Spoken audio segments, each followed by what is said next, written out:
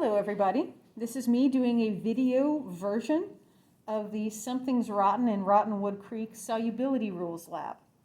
So we have a sample of water from Rottenwood Creek, and I'm going to take several drops of that water and put it into the first 6 wells. I'm just going to put 3 or 4 drops of water into each.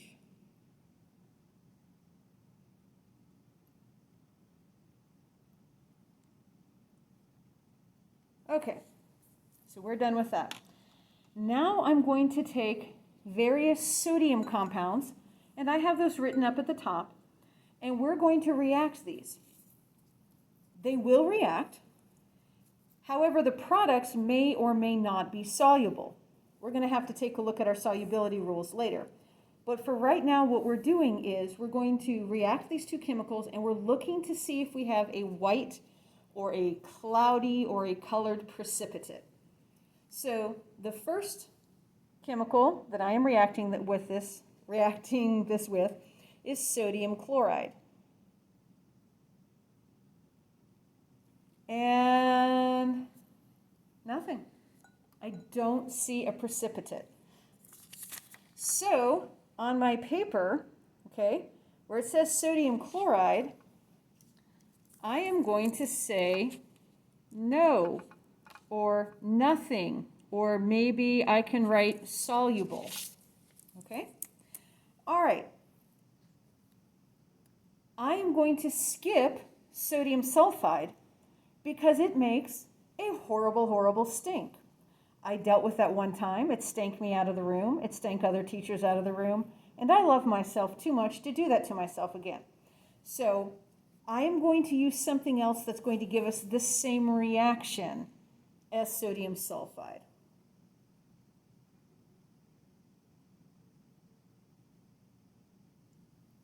And if you look at that, you can see that that's turning just a little bit cloudy. Okay? So for sodium sulfide, you can write down yes, or sometimes you might see P for precipitate. Or maybe you want to write down insoluble. Whatever works for you, okay? All right. Now, sodium hydroxide. That's what we're putting into the 3rd well. And again, that looks cloudy. So we are going to mark down yes, or PP for precipitate, or you can write down IN for insoluble. All right, well number 4, sodium carbonate. Oh, that very definitely gave us a precipitate. Well number 5, sodium sulfate. Nothing. That one did not form a precipitate. All of the products in that reaction are soluble in water. And then finally, oh yeah, we very definitely got a precipitate with sodium phosphate. So on our chart, we are going to mark down there was no precipitate with sodium chloride. There was a precipitate with sodium sulfide, well 2. There was a precipitate with sodium hydroxide, well 3. There was a precipitate with sodium carbonate, well 4. There was no precipitate with sodium sulfate, well 6. And there was a precipitate with sodium phosphate in well 6. I'm going to move those wells out of the way. Actually, no, let me put those back. Okay. Now what you're going to need to do is you're going to take a look at your solubility chart.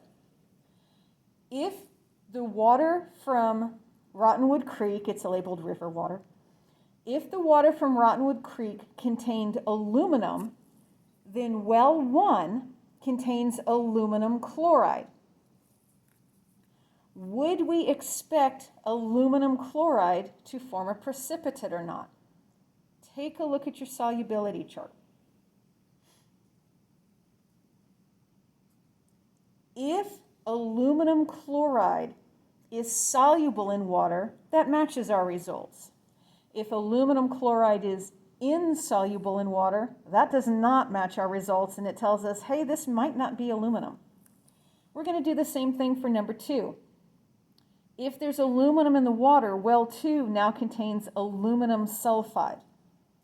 Is aluminum sulfide soluble or insoluble in water? If it is insoluble in water, then it would form a precipitate. That's what we see, and so that matches the results for aluminum. If aluminum sulfide is soluble in water, that does not match our results, and we would say, this doesn't look like aluminum. Same thing for well 3. That's sodium hydroxide. If there's aluminum in the water, that will now be aluminum hydroxide.